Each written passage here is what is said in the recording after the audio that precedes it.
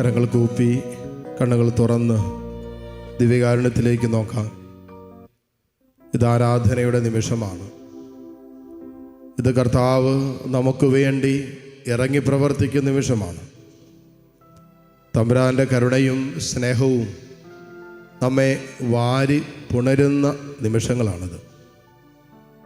അതുകൊണ്ട് മക്കളെ, നിങ്ങൾ ലോകത്തിൻ്റെ ഏതു കോണിലാകട്ടെ, കടന്നു പോകുന്ന ജീവിതത്തിൻ്റെ അവസ്ഥ എന്തുമാകട്ടെ, നീ കണ്ണുനീരോടെ നീ നിൻ്റെ ജീവിത വ്യഥകളും വേദനകളൊക്കെ പങ്കുവയ്ക്കുന്നത് ജീവനുള്ള ദൈവത്തിൻ്റെ മുമ്പിലാണ്.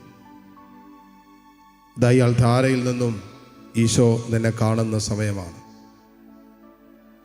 ലൂക്കായുടെ സുവിശേഷം 8-ാം അധ്യായം 40 മുതലുള്ള വചനങ്ങൾ വായിക്കുമ്പോൾ അവിടെ നമ്മൾ കാണുന്നൊരു സംഭവമാണ്. ഈശോ 12 വർഷമായി രക്തസ്രാവമുണ്ടായിരുന്ന ഒരു സ്ത്രീയെ സുഖപ്പെടുത്തുകയാണ്. അവളെ സുഖപ്പെടുത്താൻ ആർക്കും കഴിഞ്ഞിരുന്നില്ല എന്നാണ് വചനം പറയുന്നത്. അതായത് ലോകത്തിന് അസാധ്യമായത് ദൈവത്തിന് സാധ്യമാക്കി തരാൻ പറ്റും. മനുഷ്യർക്ക് അസാധ്യമായത് ദൈവത്തിനും ദൈവകൃപ ലഭിച്ചവർക്കും സാധ്യമാണെന്ന് വചനത്തിലൂടെ കർത്താവ് നമ്മൾ ഓർമ്മപ്പെടുത്തുന്നില്ലേ? ഇതാ ആ കർത്താവ് ഈ അൾത്താരയിലുണ്ട്.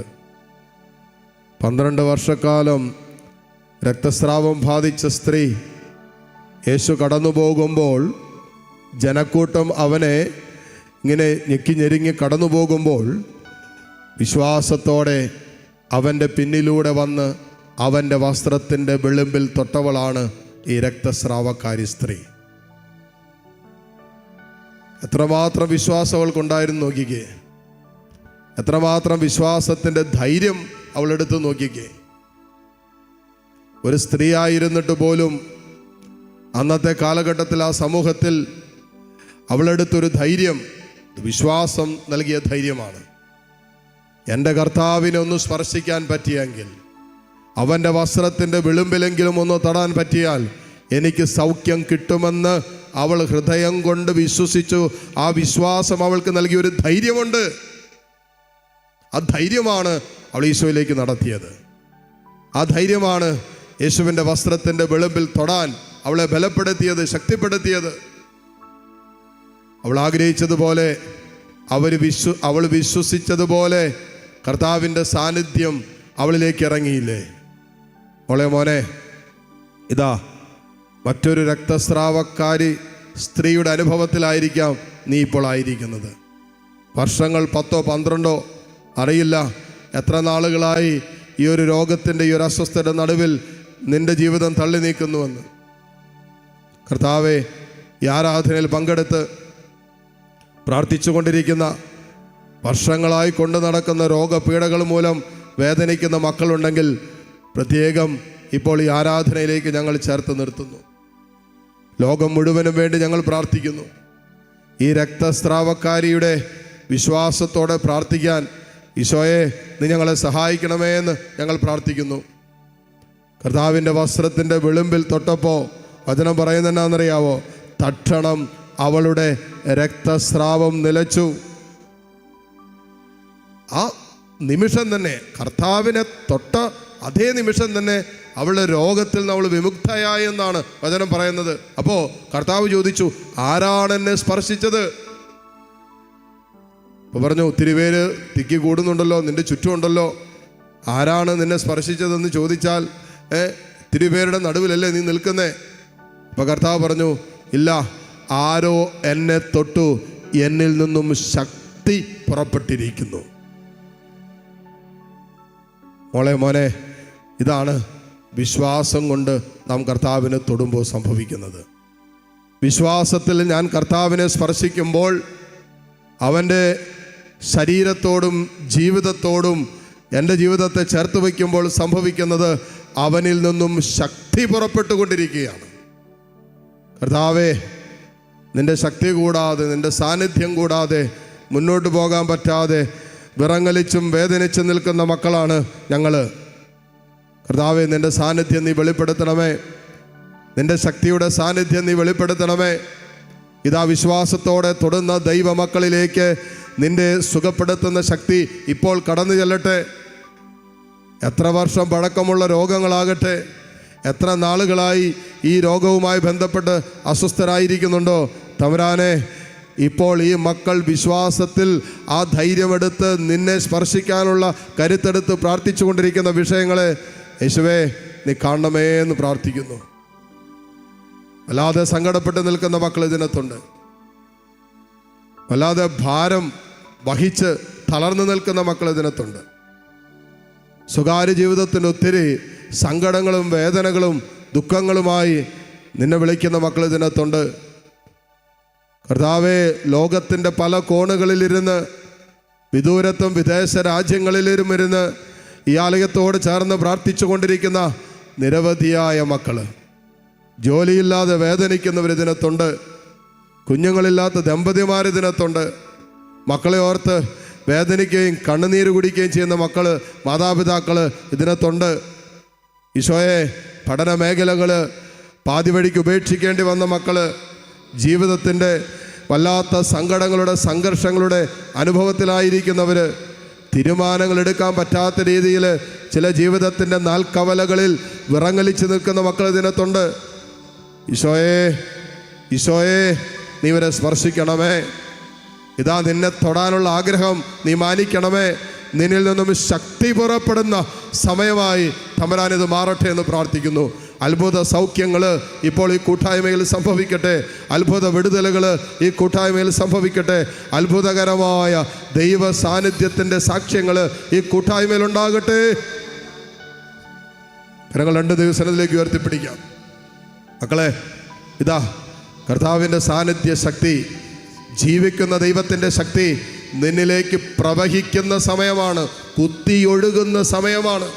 ജോർദാൻ നദി കുലം കുത്തി ഒഴുകിയെന്ന് പറയാം. അതുപോലെ ഇതാ സ്വർഗത്തിൻ്റെ സാന്നിധ്യം, ദൈവ സാന്നിധ്യം ഇതാ നിന്നിലേക്ക് പ്രവഹിക്കുന്ന സമയമാണ്. വിശ്വാസത്തോടെ ഒന്ന് തൊട്ടേ, ചങ്ക് തുറന്ന് ഹൃദയം തുറന്ന് ദൈവമേ എന്നൊന്ന് വിളിച്ച്, ഈശോയെ നീ എന്നെ തൊടണമേ എന്നൊന്ന് പറഞ്ഞ്, ദൈവമേ, എൻ്റെ മകനെ, എൻ്റെ മകളെ, എൻ്റെ ജീവിത പങ്കാളിയെ, എൻ്റെ കുടുംബത്തെ, ഇപ്പോൾ കടന്നു പോകുന്ന സമാധാനമില്ലാത്ത കുടുംബത്തിൻ്റെ അവസ്ഥയെ, അന്തരീക്ഷത്തെ ദൈവമേ നീ തൊടണമേ. കർത്താവേ, നിൻ്റെ വലതുകരം നീട്ടണമേ. ഇതാ നിൻ്റെ സന്നിധിയിലേക്ക് നീട്ടിപ്പിടിച്ചിരിക്കുന്ന ഈ കരങ്ങളിലൂടെ നിൻ്റെ സാന്നിധ്യം ഇറങ്ങട്ടെ. ഈ അൾത്താരയിൽ വെളിപ്പെട്ടുകൊണ്ടിരിക്കുന്ന സ്വർഗീയ സാന്നിധ്യം യേശുവേ ഈ മക്കളുടെ കരങ്ങളിലൂടെ ഈ കുടുംബങ്ങളിലേക്ക് ഒഴുകിയിറങ്ങട്ടെ. ഇവിടെ നിയോഗങ്ങളിലേക്ക് വർഷിക്കപ്പെടട്ടെ. ഹല്ലേലൂയ, ഹല്ലേലൂയ, ഹല്ലേലൂയ. ഇരുകരങ്ങളും ഉയർത്തി ഏതാനും നിമിഷം കർത്താവിനെ സ്തുതിക്കട്ടെ. ഹല്ലേലൂയ, ഹല്ലേലൂയ, ഹല്ലേലൂയ. യേശുവേ ആരാധന, ആരാധന, ആരാധന. ഹല്ലേലൂയ, ഹല്ലേലൂയ, ഹല്ലേലൂയ. ഈശോയെ ആരാധന, ആരാധന, ആരാധന, ആരാധന. ഹല്ലേലൂയ, ഹല്ലേലൂയ, ഹല്ലേലൂയ, ഹല്ലേലൂയ. യേശുവേ ആരാധന, ആരാധന, ആരാധന. കർത്താവേ, നിന്നെ ഞങ്ങൾ ആരാധിക്കുന്നു. യേശുവേ, നിന്നെ ഞങ്ങൾ മഹത്വപ്പെടുത്തുന്നു. നിൻ്റെ സാന്നിധ്യം കൊണ്ട് ഞങ്ങളെ വിശുദ്ധീകരിക്കുന്നതിനെ ഓർത്ത് നന്ദി പറയുന്നു. നിൻ്റെ കരുണ കൊണ്ട് ഞങ്ങളെ പൊതിഞ്ഞു പിടിക്കുന്നതിനെ ഓർത്ത് നന്ദി പറയുന്നു. ഹല്ലേലൂയ, ഹല്ലേലൂയ, ഹല്ലേലൂയ. യേശുവേ ആരാധന, യേശുവേ ആരാധന. ഹല്ലേലൂയ, ഹല്ലേലൂയ, ഹല്ലേലൂയ. ഈശോയെ നന്ദി, ഈശോയെ നന്ദി, ഈശോയെ ആരാധന.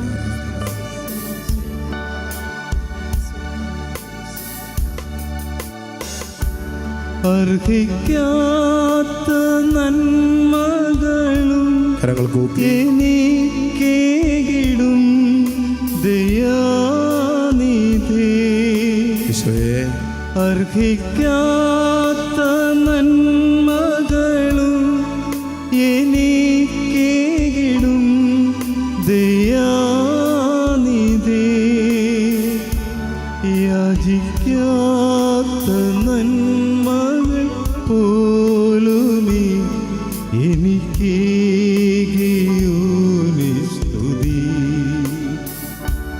യാചിക്കാത്ത നന്മകൾ പോലുമീ എനിക്കേകിയോ സ്തുതി. നന്ദിയോടെ ഞാൻ സ്തുതി പാടിടും എൻ്റെ യേശുനാഥ. എനിക്കായി നീ ചെയ്തൊരു നന്മയ്ക്കും ഇന്നു നന്ദി ചൊല്ലുന്നു ഞാൻ. ഇന്നു നന്ദി ചൊല്ലുന്നു ഞാൻ. കർത്താവിൻ്റെ സന്നിധിയിൽ ഈ നിമിഷങ്ങളിൽ സമർപ്പിച്ച എല്ലാ പ്രാർത്ഥനകളും നിയോഗങ്ങളും തമ്പുരാൻ ഏറ്റെടുത്തെന്ന് വിശ്വസിക്കുക. കർത്താവിനെ സ്പർശിച്ചപ്പോൾ കർത്താവിൽ നിന്നും രക്തസ്രാവക്കാരിയുടെ ജീവിതത്തിലേക്ക് കർത്താവിൻ്റെ ശക്തി പുറപ്പെട്ടില്ലേ? ഇതായി നിമിഷങ്ങളിൽ തമ്പുരാനെ തൊട്ട നിമിഷമാണ്. തമ്പുരാനിൽ നിന്ന് നമ്മളിലേക്ക് സൗഖ്യവും വിടുതലും അവൻ്റെ സാന്നിധ്യമൊക്കെ നമ്മളിലേക്ക് വർഷിക്കപ്പെട്ട സമയമാണ്. ഈ നിമിഷങ്ങളെ ഓർത്ത് നന്ദി പറഞ്ഞ് ആരെല്ലാം മനസ്സിൽ നിങ്ങൾ പ്രാർത്ഥനയുടെ നിയോഗമായി സൂക്ഷിച്ച് സമർപ്പിക്കുന്നുണ്ടോ അവരെല്ലാം ദൈവസന്നിധിയിലേക്ക് ഉയർത്താം. പ്രത്യേക നിയോഗങ്ങൾ സമർപ്പിക്കാം. ഈ ആലയത്തിലെ ശുശ്രൂഷകൾ അനുഗ്രഹിക്കപ്പെടാൻ ആഗ്രഹിച്ച് സ്തുതിച്ച് പ്രാർത്ഥിച്ച് ഈശോയുടെ ആശീർവാദം സ്വീകരിക്കാം. Hallelujah, hallelujah. ആരാധന ഞങ്ങളെ സ്തുതിക്കുന്നു, ആരാധിക്കുന്നു, മഹത്വപ്പെടുത്തുന്നു. ഈശോയെ ഞങ്ങളെ ശരണപ്പെടുന്നു.